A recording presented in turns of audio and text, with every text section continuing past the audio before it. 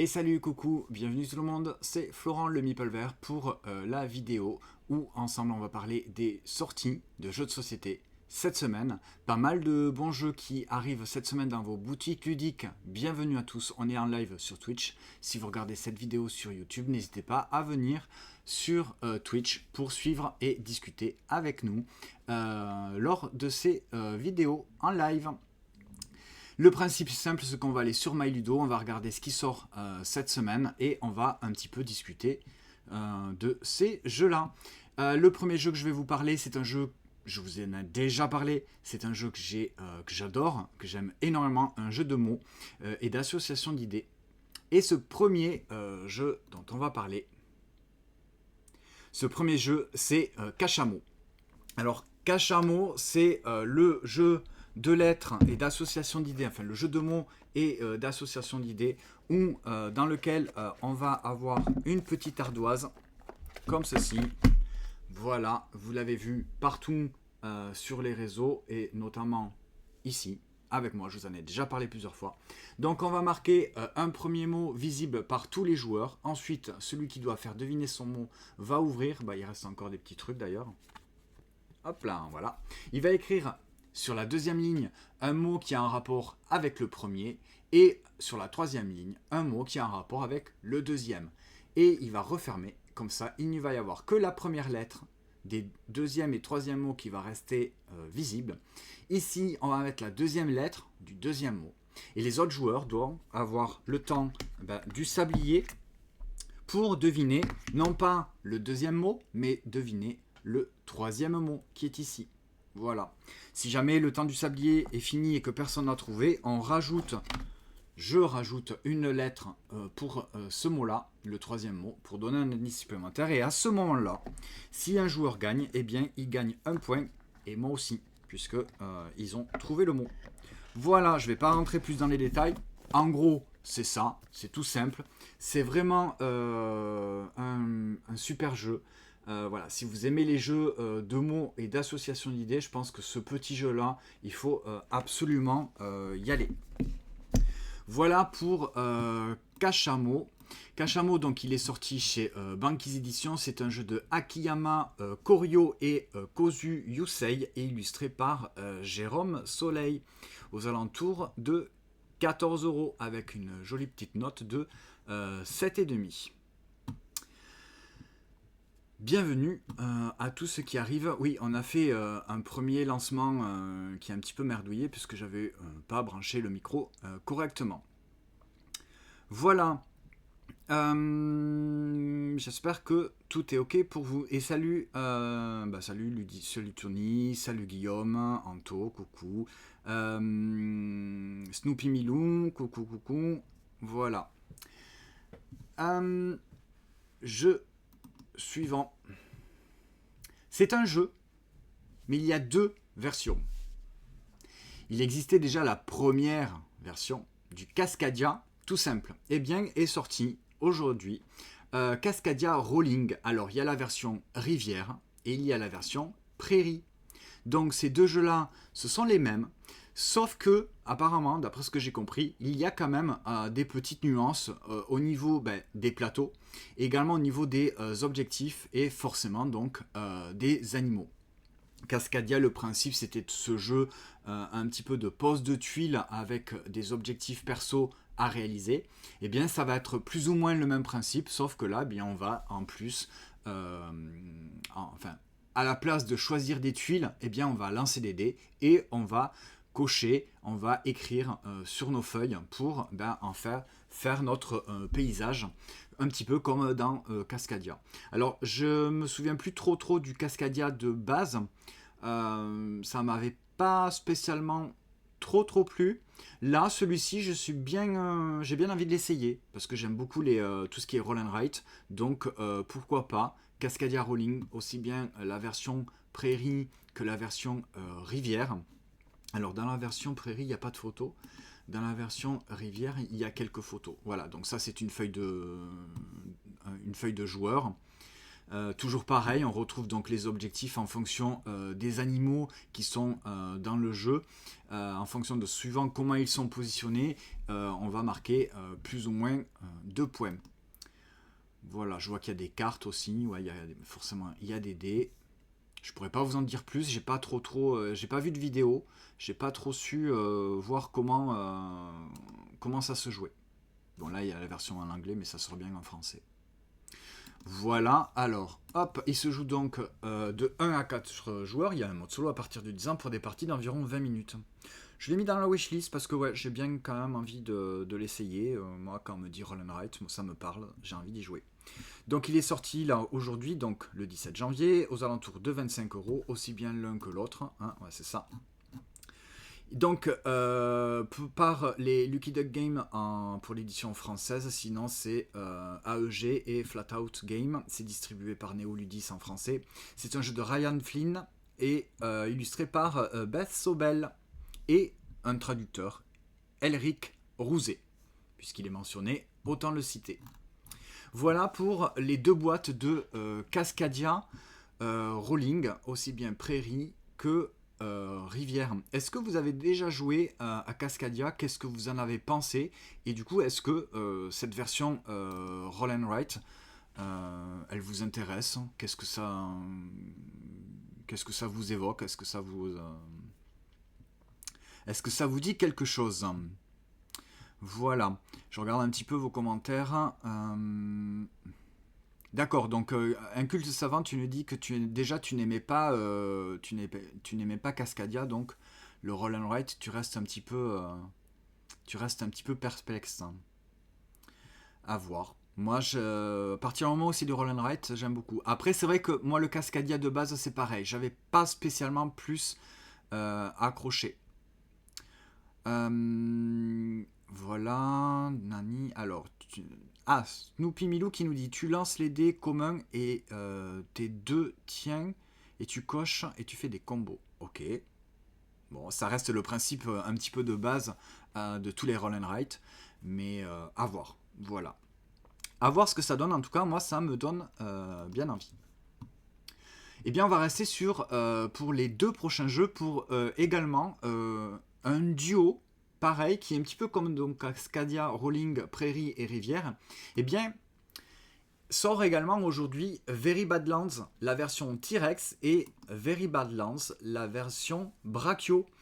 Ce jeu-là, ces 2 jeux-là sont les mêmes mécaniques, sauf que dans les différentes boîtes, en fait, il y a différents dinosaures avec des effets différents. J'ai envie un petit peu de le comparer à un Love Letter. Quand j'ai vu les explications de jeu, les règles du jeu, tout ça, ça m'a un petit peu fait penser à du Love Letter, puisque à mon tour de jeu, je vais tout simplement pouvoir prendre une carte et soit la défausser ou soit la jouer et appliquer son effet. Voilà. Le but étant de rester en vie le plus longtemps possible. Suivant les dinosaures qu'on a devant nous, eh bien, on a plus ou moins de points de vie. Et c'est le premier qui perd tous ses points de vie. Tout simplement par des effets de cartes de ses adversaires, qui perd, et à ce moment-là, tous les autres gagnent.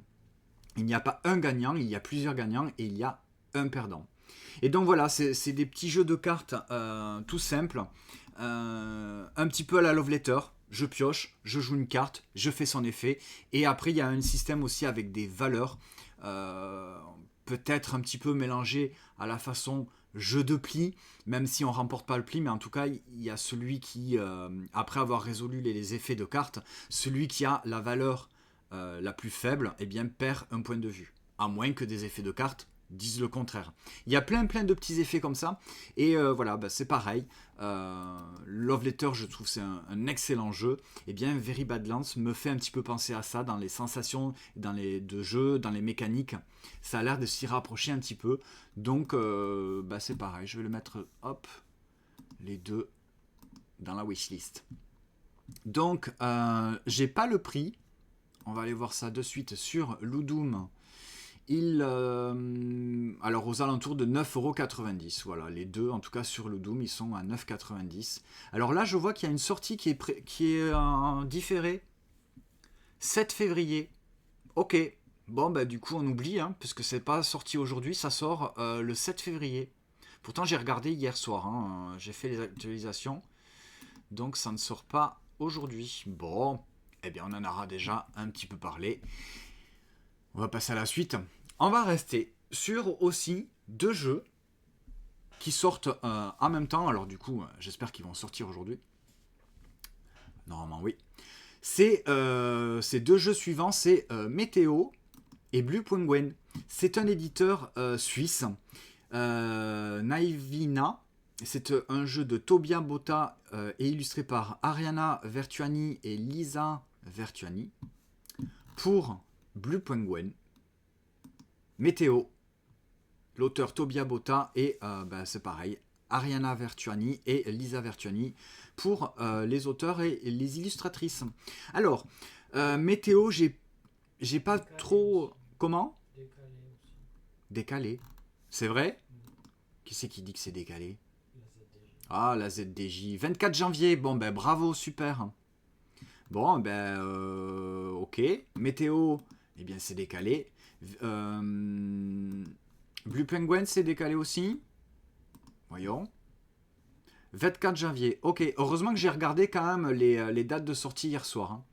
Bon, eh bien, on va passer au suivant. Comme ça, on va pas plus s'éterniser pour ce double jeu. Alors, prochain jeu. On va regarder de suite. Est-ce que c'est décalé? Est-ce que c'est pas décalé? Non, il est disponible. Inventeur du Tigre du Sud. Ça y est, lui, il sort le 17 janvier, aujourd'hui. C'est le 3e volet et donc dernier volet de la trilogie du Tigre du Sud avec Inventeur. Toujours donc chez Pixie pour l'édition française. C'est un jeu de S.J. McDonald et Shem Philippe et illustré par Mikhailo Dimitrievski. Alors, on a énormément aimé le précédent, donc que j'ai en face de moi, Érudit du Tigre du Sud. On n'a pas testé le premier Voyageur du Tigre du Sud, mais Érudit du Tigre du Sud nous avait vraiment vraiment plu. C'est ce jeu avec le placement de dés où on doit traduire des manuscrits pour répondre en fait aux commandes des guides. Hein, à peu près. Hein. Et donc là, dans Inventeur du Tigre du Sud, eh bien, nous allons tout simplement inventer des objets. Alors, il va y avoir plusieurs phases de jeu où on va inventer une machine, on va la tester, on va la produire, la fabriquer, et ensuite, c'est ce qui va nous permettre donc de rapporter des points. Et tout simplement, ça avec, pareil, du placement de dés. Placement de dés qui va avoir une importance au niveau de la valeur, mais également au niveau des couleurs de dés, qui vont impacter suivant là où on les pose sur le plateau. C'est dommage qu'il n'y ait pas de photos, mais peut-être sur Ludum. Hein. Est-ce qu'il y a des photos? Quelques photos peut-être? Oui, il y a quelques photos. Voilà, par exemple, un plateau perso où on a notre pool de dés qu'on va pouvoir garder ici, des emplacements qu'on va pouvoir mettre ici pour pouvoir faire des actions sur notre plateau perso, et des dés qu'on va pouvoir mettre également ici pour faire d'autres actions, et sur le plateau principal et également pour pouvoir faire encore plein d'autres actions. Donc il y a tout la rivière hein, du Tigre du Sud qu'on voit ici, qui va nous permettre de débloquer des tuiles. Ces tuiles-là qu'on va pouvoir mettre sur notre plateau perso pour faire des actions. Et il y a tout un système aussi de placement. Donc c'est pas des dés, c'est des meeples d'ouvriers pour justement récolter, j'imagine, des ressources, des actions, de l'argent ou de l'or, etc., etc. Là, ce sont toutes les cartes inventions, des objets qu'on aura inventés, qu'on aura testés et qu'on aura également fabriqués. Et à chaque fois, on va pouvoir placer des dés pour justement les tester et gagner des points. On va pouvoir bouger notre bateau sur le Tigre du Sud. Il y a des histoires aussi de majorité. Enfin voilà. C'est un jeu qui a l'air très complet. Pas si compliqué que ça, mais je pense que ça promet quand même une belle réflexion pour ce jeu du Tigre du Sud, Inventeur, qui je le rappelle donc est là le dernier et volet de la série des Tigres du Sud, de la trilogie du même nom. Voilà, et donc je vois que là il a été nommé au jeu expert de l'année en 2024 au Expert Game Award. Voilà. Donc ça sort chez Pixie aux alentours de 45 €. Hop. Vous avez déjà testé, vous, cette trilogie? Parce que les trilogies, donc, c'est la 3e trilogie. Après les pillards de la mer du Nord, les architectes du royaume de l'Ouest, eh bien arrive le dernier volet du Tigre du Sud. Ça te fait penser à Coimbra. Alors j'ai joué à Coimbra, mais il y a quelques temps, je me souviens avoir beaucoup aimé Coimbra. Donc ouais, c'est possible, parce que c'est du placement de dés. Mais dans toute cette trilogie du Tigre du Sud, c'est du placement de dés. De la gestion de dés et du placement de dés. Donc voilà. Alors ZDJ qui nous dit en fait rien ne sort le 17, tu peux aller te coucher. Ouais. Pourtant j'ai regardé, j'ai regardé hier soir. Hein. Et bon. Bah, c'est pas grave. Prochain jeu, c'est un jeu que j'attends énormément aussi, celui-ci. Je le trouve très beau, super malin et assez taquin. C'est Far Crown qui sort donc chez Reproprod. Alors ça, me dites pas que c'est pas décalé. Non, non, j'ai vu pas mal de trucs chez Reproprod. C'est dispo, pas de problème. Hop là, voilà, donc Far Crown donc chez Repos Productions, c'est un jeu de Maxime Rambourg et illustré par Paul Maffayot. Ça, c'est sûr, c'est sorti. C'est un jeu vraiment très original au niveau de la mécanique, c'est-à-dire que on va à notre tour de jeu acheter des cartes qui sont dans une rivière, suivant où est-ce qu'elle est située, eh bien on va devoir la payer plus ou moins cher. Cette carte là, on va la mettre dans un sleeve comme on voit ici, qui a notre couleur de joueur, on va dire notre blason hein, de notre maison, puisque nous allons essayer de récolter le plus de rubis pour avoir le plus de prestige et à la fin de la partie avoir la couronne et être le roi ou la reine du royaume. Seulement ces cartes là, une fois que tout le monde les a achetées, eh bien on va les mettre dans un paquet commun, on va toutes les mélanger et on va les dévoiler une à une et on va appliquer les effets de toutes les cartes de tout le paquet. Forcément, une carte qu'on va acheter à la première manche, eh bien, elle va se retrouver sur toutes les manches suivantes. Donc ces effets, c'est tout simplement des effets qui vont nous permettre de gagner soit des rubis, soit des pièces qui vont nous servir à acheter des cartes, mais également des cartes qui sont un petit peu plus méchantes, qui vont aller voler des cartes, enfin voler non, faire défausser des rubis ou des pièces à nos adversaires. Il y a également tout un système ici sur le bas du plateau principal où il y a un système de prestige. Celui qui sera placé en haut sera premier joueur, donc aura plus de choix dans la rivière de cartes, mais ça va permettre également à certains moments, quand il y a une carte spéciale qui sort, et bien suivant où est-ce qu'on est situé sur ce plateau-là, et bien ça va nous permettre soit de gagner un bonus, quelque chose, ou soit au contraire, et bien si on est trop en retard, de perdre des pièces et des rubis. Il y a un système aussi avec les petits ratons voleurs de faire défausser des rubis aux joueurs qui en a le plus quand une carte spéciale également est dévoilée. Donc c'est très, ça a l'air vraiment très très chouette. J'ai vraiment envie de jouer à ce jeu-là. Alors à 2, je crois. Non, il commence à 3 joueurs. Donc de 3 à 5 joueurs à partir de 8 ans, donc familial, accessible. Des parties d'environ 30 minutes, donc c'est pas très long, c'est aux alentours de 30 €. Moi voilà, ça c'est un jeu qui cette semaine me donne très très envie. Et vous, de votre côté, est-ce que...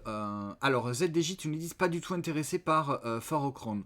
Ok, bon, alors... À 2, voilà, à 2 il se joue pas, hein. Je pense que c'est mieux à 3, voire même certainement un petit peu plus, mais c'est sûr qu'à plus on va être, plus ça va être, mieux ça va être en fait. Hein. J'ai quand même l'impression qu'on gêne pas grand chose, qu'on gère pas grand chose et que c'est à celui qui chouine le. Ouais, je sais pas, mais je pense qu'on pourrait presque le comparer presque à un jeu un petit peu d'ambiance parce que ça va générer, je pense, quelque chose autour de la table où ça va râler, où ça va un petit peu rester dans son coin, pas dire trop de trucs, genre oubliez-moi, je garde mes rubis, mais Moi, ça a l'air quand même d'être bien rigolo. J'ai bien envie de... Mais avec grand plaisir. Alors, je l'ai pas, hein, mais il est possible qu'on y aille dessus. Donc, avec grand plaisir qu'on se fasse une session de For Crown à plusieurs. Je pense que ça peut être très rigolo, en fait. Voilà, c'est pour ça. Mais il faut y jouer à plusieurs. Ouais, à 3, c'est vraiment le minimum. Hein. Je pense qu'il faut au moins 4, 5. Ça doit être vraiment très drôle. Voilà, donc For Crown, donc il est dans la wishlist, hein, pas de problème. Le jeu suivant, Snowcrest, qui est sorti, donc bah, je vais vérifier, mais normalement je pense que c'est bon. C'est bon, il est dispo. Snowcrest, qui arrive chez Grail Game, et en français c'est distribué par Matago, c'est un jeu de Philippe Dubarry et illustré par Kerry Aitken. Voilà. Alors celui-ci, il est déjà magnifique. C'est vraiment dommage qu'il n'y ait pas de photo, mais la boîte de jeu est vraiment superbe. Tout le matériel est vraiment très très beau. Je pense que la ZDJ, justement, tu peux en parler parce que tu as la boîte. Tu nous as montré quelques photos avec des illustrations, mais vraiment très très belles, magnifiques. Voyons, s'il y a quelques photos avec des tapis néoprène, des cartes. Voyez, moi je trouve ça vraiment superbe. Ces illustrations comme ça, je trouve ça très très beau. Il faut aimer les animaux, mais voilà. Alors, je vais pas pouvoir vous en dire beaucoup plus parce que je n'ai pas trouvé vraiment de règles de jeu ou d'explications sur la mécanique principale.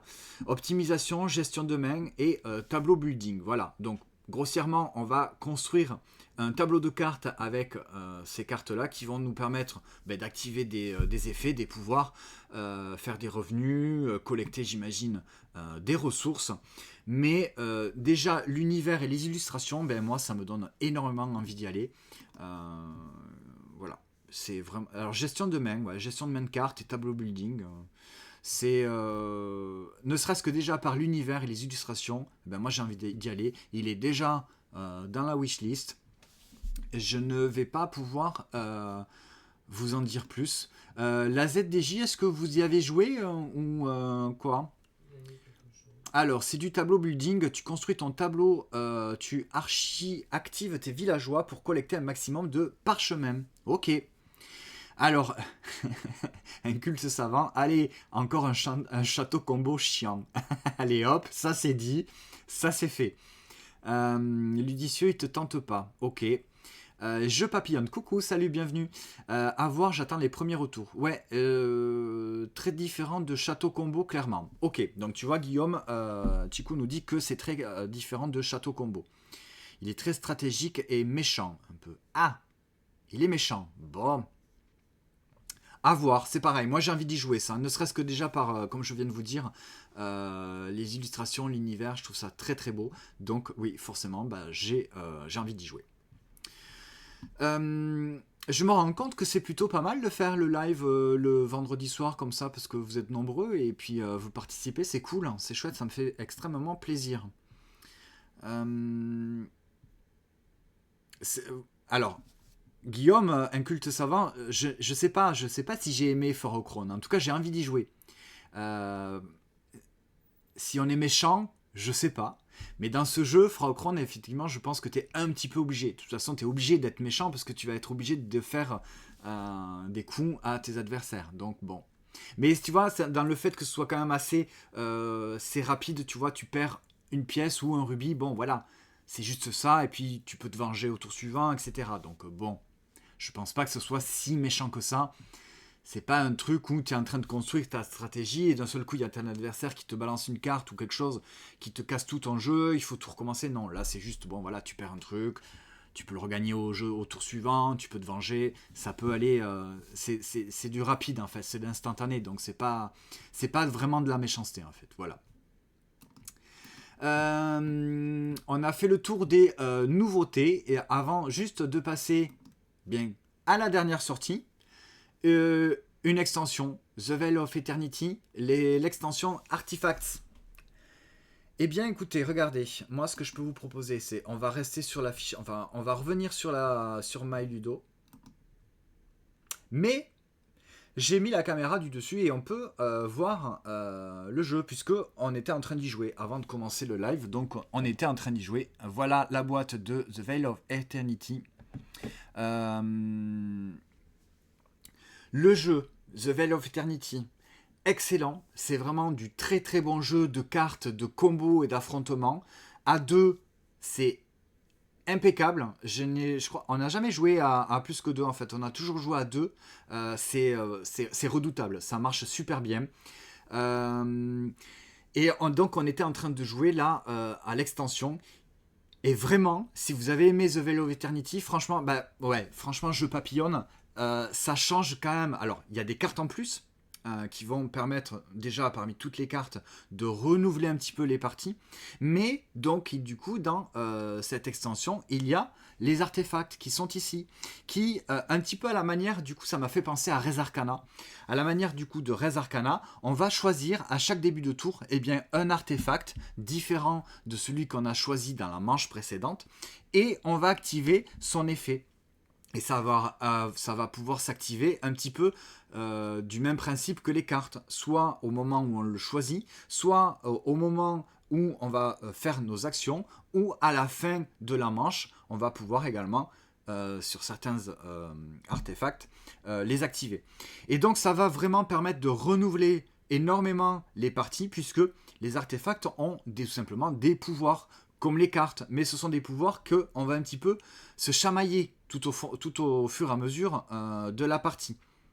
Mais ça renouvelle pas mal la partie. Du coup, au lieu de s'arrêter à 60 points, on va pouvoir aller jusqu'à 80 points. C'est plus 60, maintenant la fin de partie est déclenchée à 80 points. Donc, on engendre quand même beaucoup plus de points. Et c'est très très malin. Par exemple, je peux vous en montrer un, celui-ci. C'est le joyau de Kukulkan. Donc on reste toujours avec des chouettes illustrations.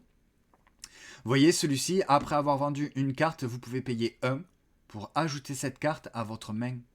Donc en fait, c'est plutôt pas mal, puisque au lieu de vendre une carte et tout simplement la défausser, tu vas aller ici, là, quand tu vas mettre ton jeton, je vous explique pas les règles du jeu de Veil of Eternity, mais quand tu vas aller choisir ta carte, tu veux, au lieu de la vendre parce que finalement peut-être qu'elle t'intéresse pas ou tu n'as pas de quoi payer, tu la vends, tu récupères les pièces qui sont indiquées sur le petit plateau, mais tu peux dépenser donc une pièce pour la récupérer et la mettre dans ta main, potentiellement pouvoir la jouer au tour suivant.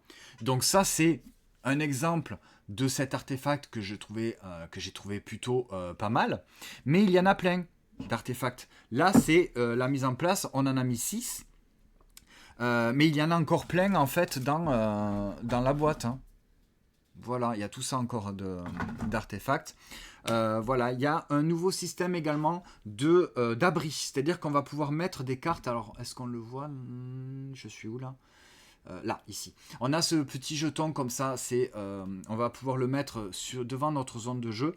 Et il y a certains effets de cartes qui vont nous dire, vous pouvez abriter une carte. C'est-à-dire qu'on va la mettre ici, sur cet abri.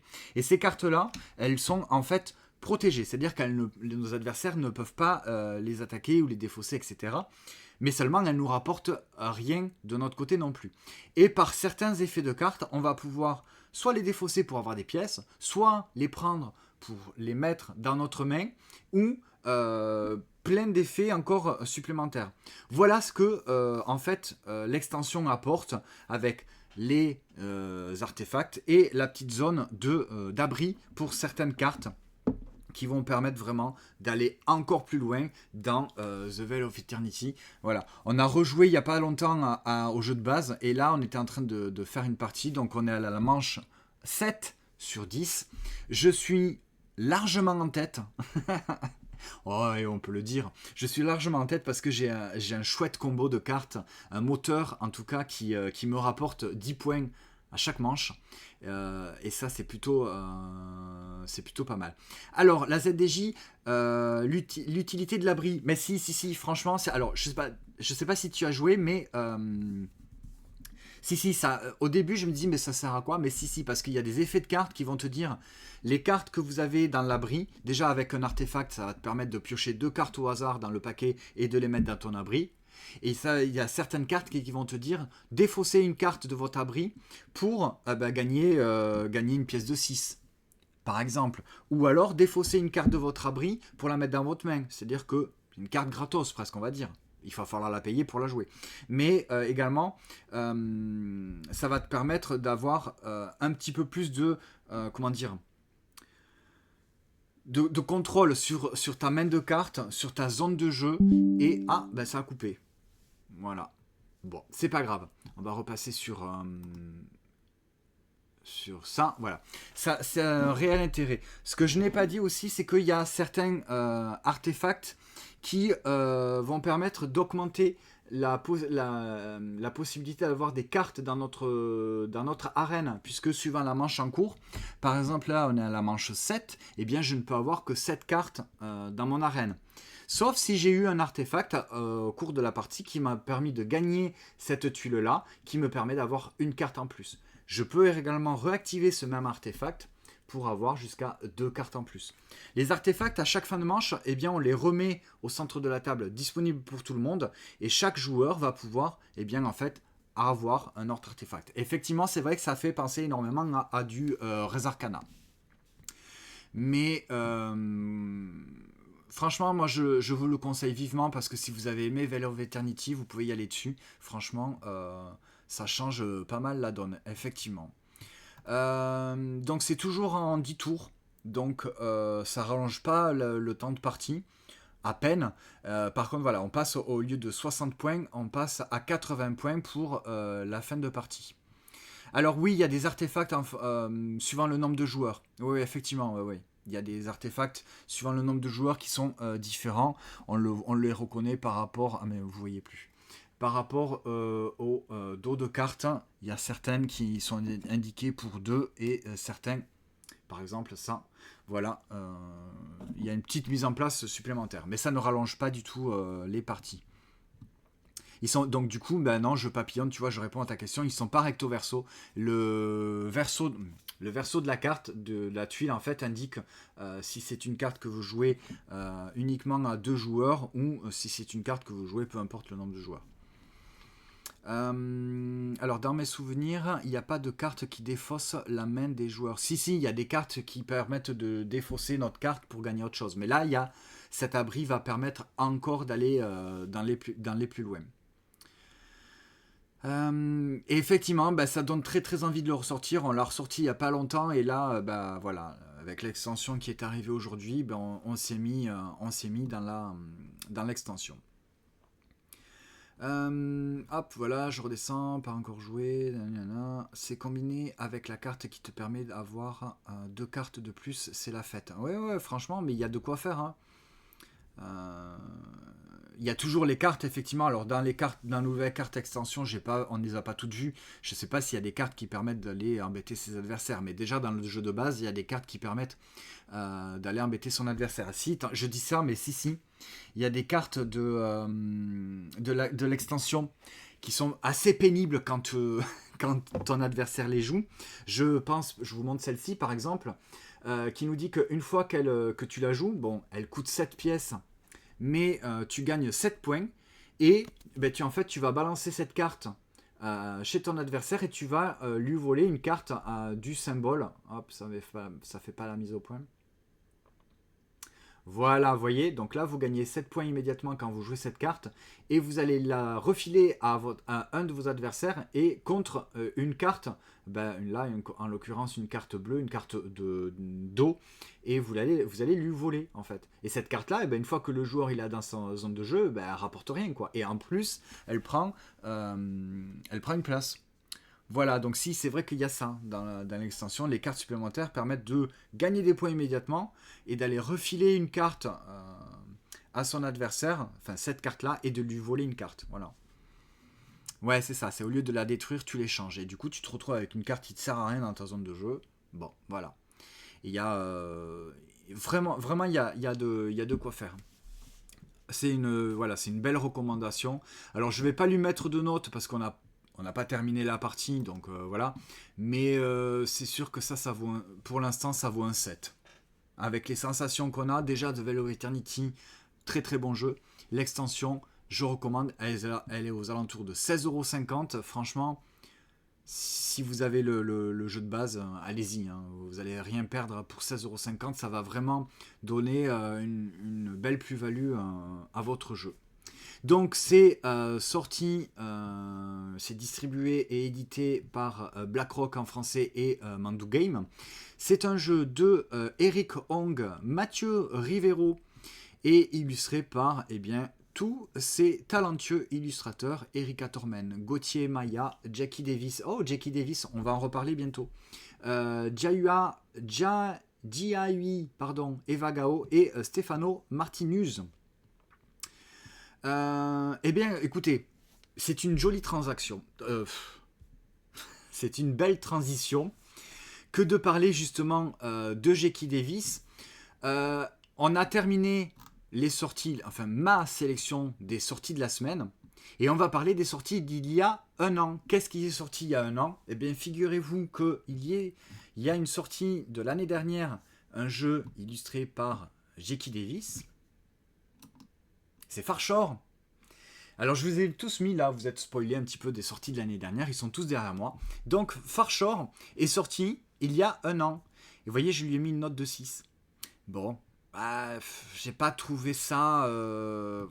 moi, alors Everdell est mon jeu favori de tous les jeux. Coucou la ZDJ. Farshore, j'ai été un petit peu moins convaincu. C'est plus ou moins la même chose, mais bon, ouais, non. Alors, moi je l'ai parce que j'adore Everdell, j'adore l'univers, j'ai le jeu de base évidemment qui est juste à côté de moi avec les extensions, mais voilà, Farshore c'est voulu peut-être, ouais, voilà, un culte savant, on va pas être copains toi non plus, hein, pas aimer Everdell, c'est pas possible de dire ça. Non, je plaisante. Je sais qu'il y a des gens comme Chico qui n'aiment pas Everdell. Voilà, ils l'ont revendu. Bon, visuellement c'est magnifique, mais bon. Ouais, mais moi tout me plaît dans Everdell. Les illustrations, l'univers, la mécanique, gestion de ressources, placement d'ouvriers, construction de tableaux. Donc là, pour moi, ça coche tout. Il y a eu presque failli. Je rêve d'un Everdell Roll and Write. Alors là, c'est de l'achat direct. D'ailleurs, Everdell Duo qui devrait pas tarder à arriver, si vous l'avez pledgé. Merci Tony, ça fait plaisir. Ouais, Farshore, j'ai été un petit peu moins convaincu. Ça m'a pas plus transcendé que ça. C'est reste mignon.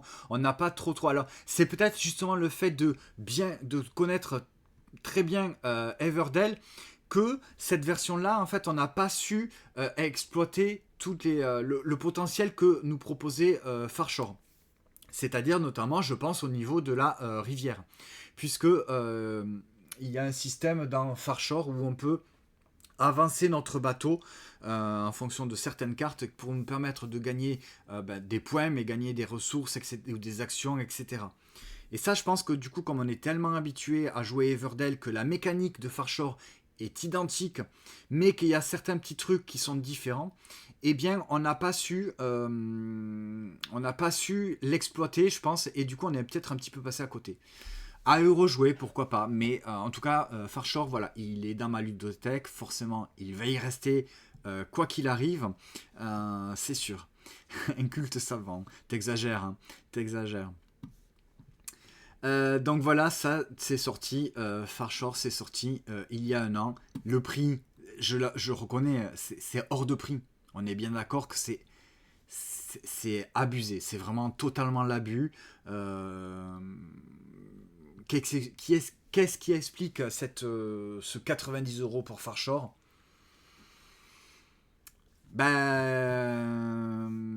Alors c'est marrant parce que là ils mettent pas l'éditeur original. L'éditeur original c'est Starling Game.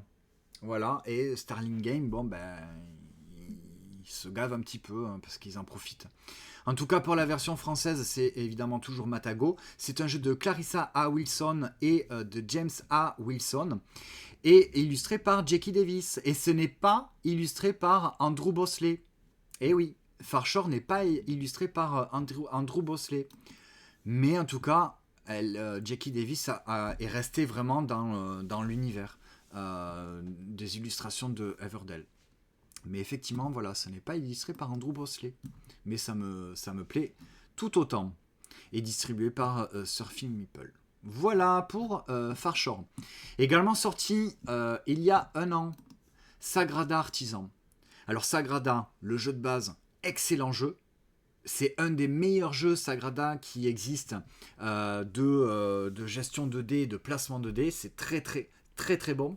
Et bien Sagrada Artisan, c'est la version Legacy en fait de Sagrada, dans lequel on ne va pas réellement jouer avec des dés, même s'il y en a quelques-uns, mais c'est pas avec vraiment des dés qu'on va jouer, mais c'est plus avec des crayons de couleur, puisque au lieu de poser nos dés sur nos emplacements, eh bien on va tout simplement les dessiner et marquer, les dessiner, colorier la couleur et marquer la valeur avec un crayon. Voilà.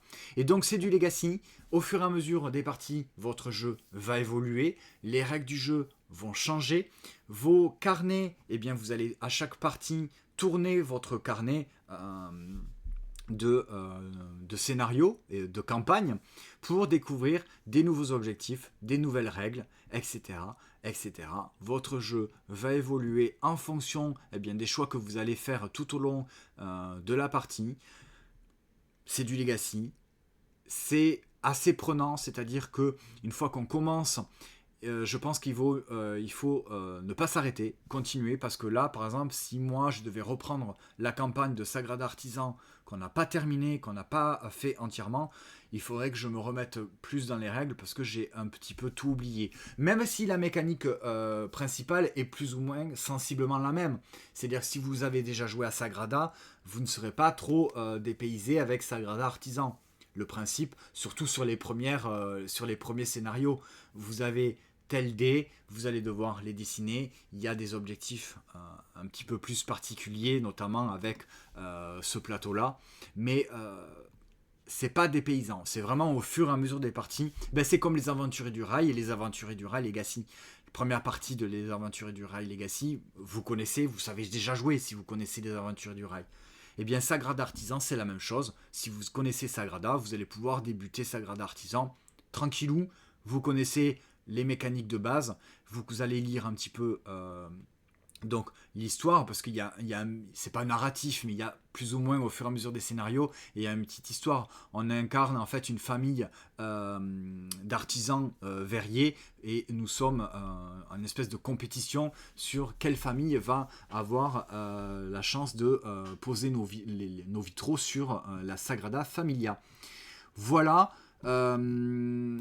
C'est vrai que du coup ça me donne envie d'y rejouer, mais on n'a pas fait toute. Ouais, la boîte est quand même assez. Hop là, elle est quand même assez grosse, hein, parce qu'il y a quand même pas mal de matériel. Toute la boîte, elle est foil. Hein. Ouais, c'est une grosse boîte. Il y a beaucoup de matériel. Évidemment, donc comme c'est un legacy, il y a des enveloppes qu'on ouvre au fur et à mesure qui vont donc faire des petites surprises. Si, donc oui, il y a une histoire. Ouais, il y a une histoire. Bon, il y a un lore. Effectivement, comme dit des jeux, des livres, il y a un lore. Mais comme dans tous les jeux, c'est toujours un prétexte en fait. Hein. Dans n'importe quel jeu, il y a un lore, il y a une histoire. À la limite, un jeu de société, c'est, on va dire, purement mécanique. Le lore, les histoires qu'il y a autour, c'est pour transporter, en fait, les joueurs dans un univers bien particulier. Ah oui, non, celle-ci, Jeu Papillon, effectivement, tu peux pas l'acheter et la mettre en douce dans ta ludothèque, puisque déjà, elle est grosse, et en plus, elle brille de partout. Donc, c'est pas très discret. Voilà. Donc Sagrada Roll and Write. C'est un peu ça, effectivement, Guillaume. Hein, c'est un peu du Sagrada Roll and Write. Mais oui, mais d'ailleurs, c'est complètement ça, en fait. Hein. C'est ça. Voilà. Bon, il y avait des trucs pas clairs. Ah, des jeux des livres. Anto, tu dis, il y avait des trucs pas clairs. Ouais. Je me souviens plus trop que ce soit pas trop clair au niveau des règles, mais voilà. Oui, c'est pas un jeu que tu peux mettre dans ton sac pour aller en vacances, hein. Ça peut être un très bon jeu de vacances parce que justement c'est un jeu en campagne, mais donc tu vas le faire plusieurs fois à l'affilée. Mais non, tu peux pas trop le mettre dans ton sac ou dans ta poche. Allez, Sagrada Artisan, c'est fait. On va rester sur un jeu à campagne Legacy avec My Island. Et oui, qui est ici. My Island est sorti l'année dernière. Vous voyez, le 19 janvier 2024, aux alentours de 38,95 €. Sagrada, c'était 70. My Island, donc, qui est également un jeu à campagne avec des enveloppes, avec des scénarios pour chaque partie. Vos règles du jeu vont changer, évoluer, aussi bien les règles du jeu, mais également votre plateau perso. Là, c'est pas du roll and write, c'est-à-dire qu'on a des polyomino qu'on va positionner sur notre plateau perso. En fonction des cartes qu'on va dévoiler, on va prendre le polyomino qui est identique à la carte, on va le placer sur notre île et on va essayer de réaliser tout simplement des objectifs. Au fur et à mesure des parties, le plateau, notre plateau perso, il va changer puisqu'on va coller des étiquettes. On va modifier notre plateau, on va coller des stickers en fait. Et donc à chaque enveloppe, il va y avoir une nouvelle règle du jeu. Probablement, pour l'instant, on n'a pas encore terminé, donc par la suite, il va y avoir du nouveau matériel qui va être dans ces enveloppes et qu'on va donc découvrir au fur et à mesure de la partie. Et donc My Island, j'en profite pour remercier encore la ZDJ puisque ils ont fait la campagne et ils nous ont refilé leur boîte, hein, puisque même si c'est un jeu Legacy, ils ont joué à 2 joueurs. Il y a dans le jeu 4 plateaux, donc nous on profite pour faire les 2 autres. Ils avaient tout bien rangé dans les enveloppes et tout, c'était nickel. Et on ne s'est pas fait spoiler puisqu'ils avaient mis tout ce qu'ils avaient fait eux dans une enveloppe à part. Donc ça nous a permis d'en profiter avec donc My Island. Qu'est-ce que vous racontez?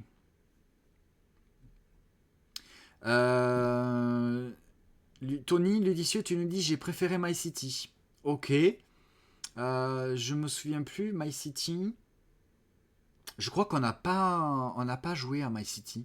On a commencé direct par My Island. Je me souviens pas, non, je crois pas. Et donc, tu as préféré My City. Ok, bon, j'ai pas de point de comparaison. Mais en tout cas, My Island, oui, pour moi, c'est bon. Hein, ça m'a convaincu. J'aime beaucoup les placements de polyomino. Ça me parle bien, donc j'ai beaucoup aimé. Alors, des jeux des livres, pour l'instant, My Island, ouais. Bah oui, forcément, parce on a joué à My City déjà. On a joué à My City Roll and Write, mais ça, c'est encore autre chose. Voilà. Oui, moi, My City Roll and Write. Oui, toi, t'avais pas du tout aimé le My City Roll and Write. Oui, Anto, des jeux des livres, il avait pas du tout accroché à My City Roll and Write. Du coup, on l'a pas. Voilà. Bon, My City, moi, j'ai pas de point de comparaison avec My Island. Enfin, c'est l'inverse plutôt. Et je me rends compte que sur Maldo, je lui ai pas mis de notes. Ben, je vais pas lui mettre de notes parce que ça fait un moment qu'on n'y a pas joué. Donc bon, je sais pas trop. C'est pas... je vais pas aller jusqu'à un 7 hein, non plus, mais peut-être... ouais, ça pourrait presque aller à un 6. 5,5, 6 pour l'instant. Mais bon, on n'a pas fait énormément de parties, donc on n'a pas pu se rendre compte réellement. Je crois qu'on a fait les 3-4 premiers scénarios maximum. Donc voilà, je vais m'abstenir pour l'instant de lui mettre une note.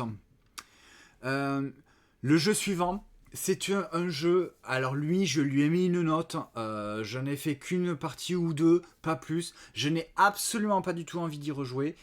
Ça a été une blague un petit peu entre nous, hein, avec les amis.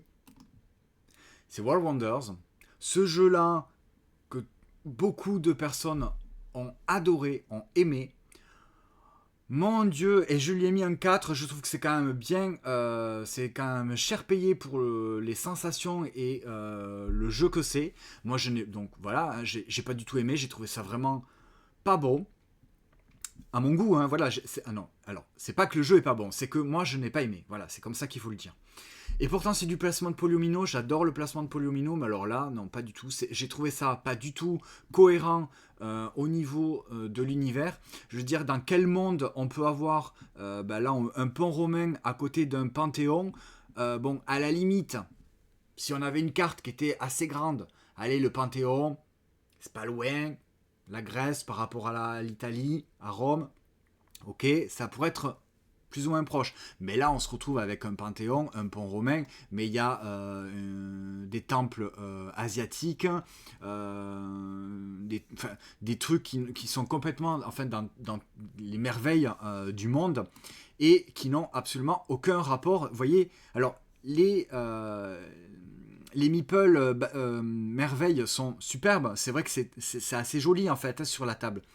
Mais alors, c'est une plaie pour jouer. Entre tous ces bâtiments-là qu'on va mettre, ces tuiles-là. Ensuite, il faut mettre des routes pour que ce soit adjacent. Les conditions de pose de ces bâtiments qui sont des fois, tu te dis, mais alors il faut que ce soit comme ça, nanana, qui au final, une fois que c'est sur le plateau de jeu, ça ressemble à rien du tout. Voilà, je vais vous dire, voilà, je suis pas du tout objectif avec ce jeu, j'ai pas aimé, j'ai trouvé ça m'a pas convaincu du tout. J'ai trouvé ça trop alambiqué, pas du tout cohérent au niveau de l'univers. Voilà, on se retrouve avec des trucs complètement hors de propos côte à côte.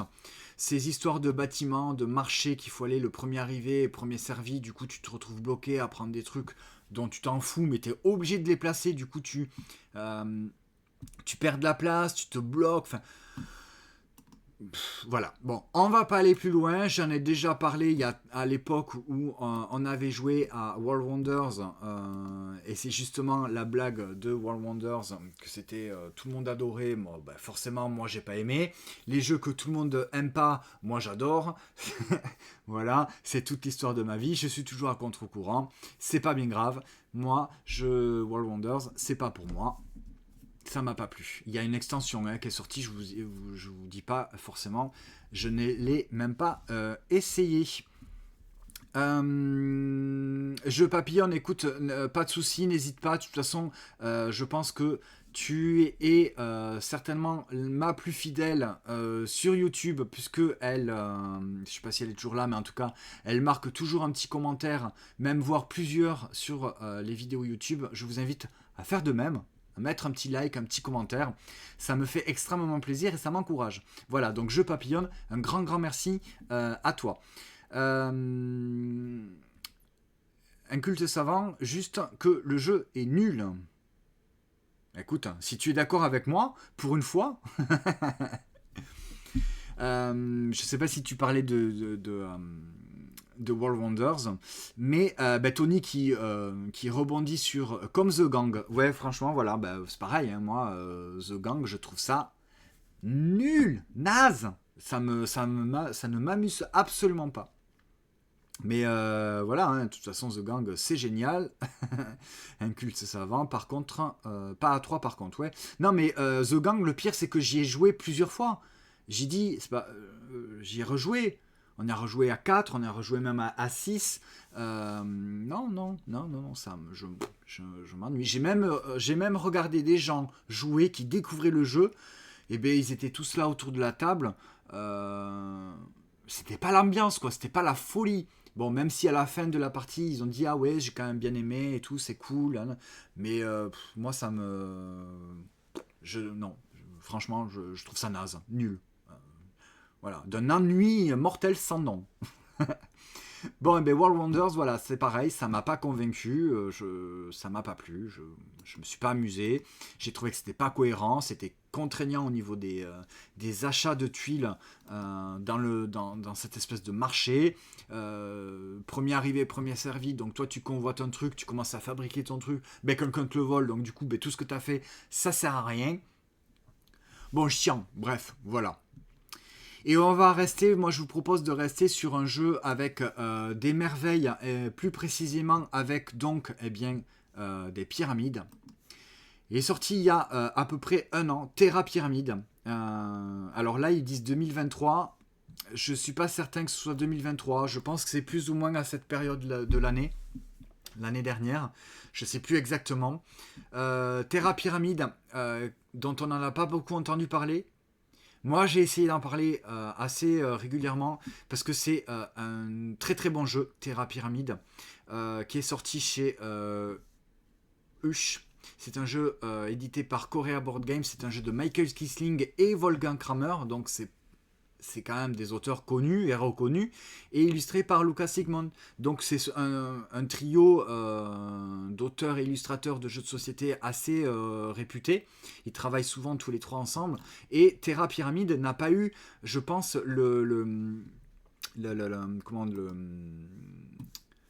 comment on dit hein?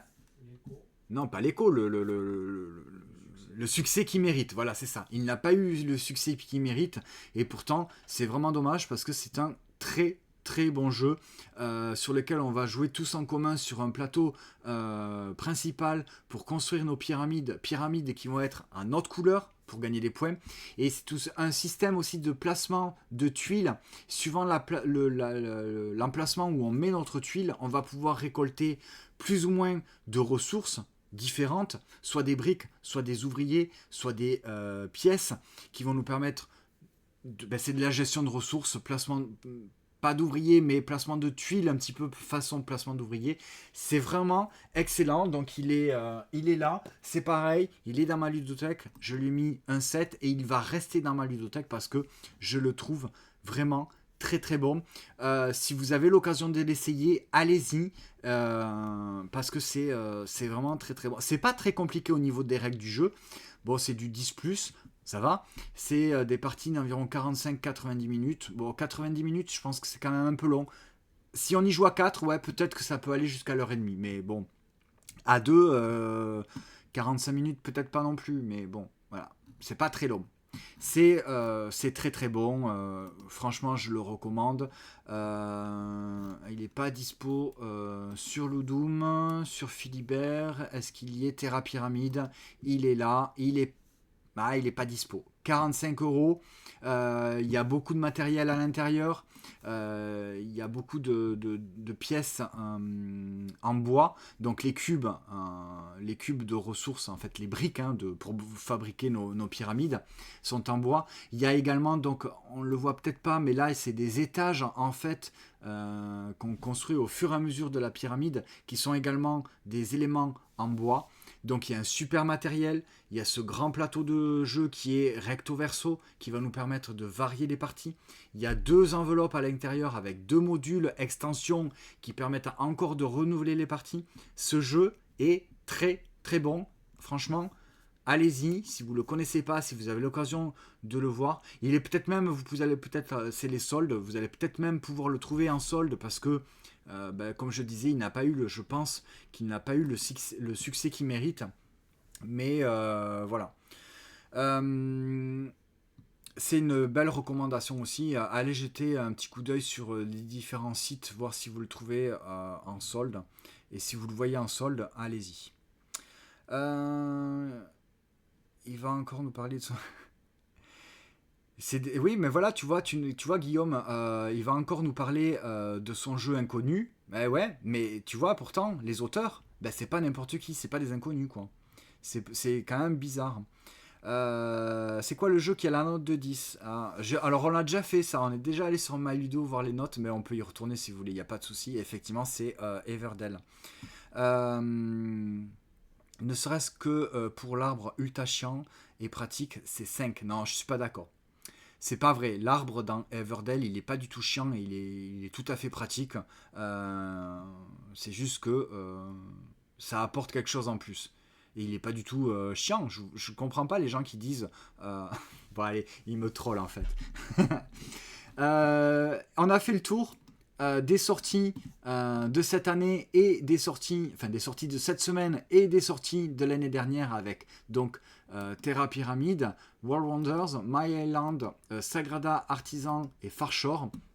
Et cette semaine est sortie l'extension Artifact, The Veil of Eternity, Snowcrest, Pharaoh Crown, Inventeur du Tigre du Sud. Donc ça c'est pas sorti, ça c'est pas sorti, ça c'est pas sorti, ça c'est pas sorti. Voilà. Cascadia Rolling, Prairie et Rivière. Et Cachamot. Voilà pour les sorties de la semaine. Restez en ligne si vous êtes sur Twitch. Eh ben écoute, pour la Fort Crown, Guillaume, on l'a pas. Donc on verra. On verra si on l'a incessamment sous peu ou pas. Mais avec grand plaisir. Je pense de toute façon, Guillaume, il y a moyen quand même qu'on y joue chez tu sais qui.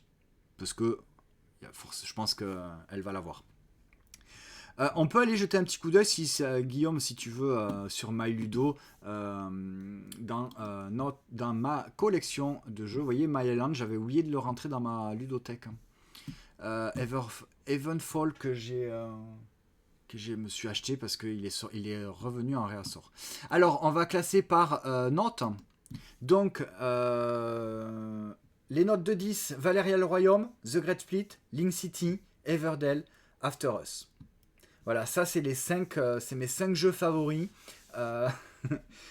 Après, étonnamment, Wonderwoods avec un 9, parce que franchement, je le trouve génial, je le trouve excellent ce petit Wonderwoods.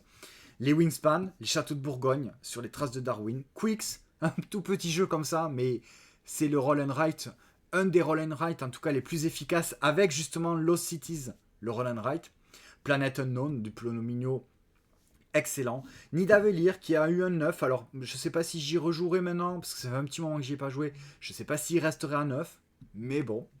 Mysterium, c'est un 9 parce que c'est un très très bon jeu que j'adore, et c'est ce jeu là qui m'a fait rentrer dans le jeu de société comme Tony Ludicieux. Middle Ages qui fait partie des tops de cette année 2024 avec Link City. Lost Cities, le Roll and Write qui est excellent. Les Toits de Paris que je trouve très très bon dans ce jeu de stop ou encore et de collection. Et les Sombres Royaumes de Valeria. C'est pareil, je pense que si j'y rejouais au Sombres Royaumes de Valeria, il resterait peut-être pas non plus avec un 9. Comme Nidavellir, voilà. Mais ça reste de très bons jeux. Voilà pour les notes qui ont 10 ou 9. Mais non, mais la ZDJ, ils sont en live ou pas alors ? Ah, et bien alors on va faire un live, on va faire un raid sur Twitch chez la ZDJ. Et si vous regardez cette vidéo sur YouTube, n'hésitez pas à mettre, comme je disais, un cœur, un commentaire, ça fait plaisir. N'hésitez pas à venir sur Twitch également, sur le Meeplevert _66, ou pas underscore, je crois que j'ai pas d'underscore, je sais pas. Vous allez sur Instagram, de toute façon c'est là où je fais mes publications, et vous allez avoir tous les liens pour les réseaux. Twitch, YouTube, Instagram. Après, il y a Threads, mais j'y vais pas dessus. Bon, bref. Merci beaucoup d'avoir suivi cette vidéo. Restez en ligne pour ceux qui sont sur Twitch. On va aller faire un petit raid. C'est chez la ZDJ. Je sais pas à quoi il joue. Il joue à Cascadia. À Rolling Right. Ah, et ben voilà. On va voir ce que ça donne. Merci beaucoup. Amusez-vous bien, on se retrouve lundi soir 20h pour le débrief ludique pour parler des jeux auxquels j'ai joué. On va reparler du coup de l'extension de The Veil of Eternity avec mon avis une fois la partie complète. En attendant, amusez-vous bien, salut!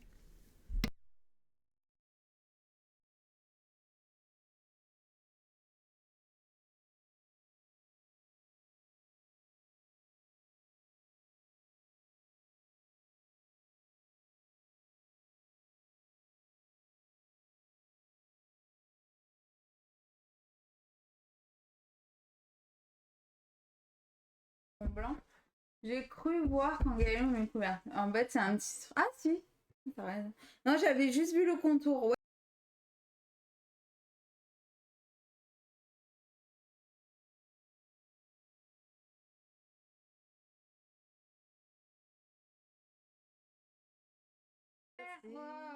Meeplevert pour le Pour petit ton raid. raid, comment tu vas? Ça fait longtemps qu'on t'a pas vu. Il a fini, on n'a pas encore commencé, tu vois, on est sur un timing parfait. Ah ouais. Ouais. Merci beaucoup. Est-ce que ton live s'est bien passé? Merci Meeplevert pour ton 22e abonnement. Merci beaucoup. Des bisous à Anto aussi. Eh ben dis donc, c'est les abos ce soir, merci beaucoup. Merci. Merci à vous. Merci pour le petit raid, en tout cas, c'est gentil de nous passer faire un coucou. Bah ouais, le Nippler qui présentait les sorties de la semaine. Il présentait les petites sorties de la semaine.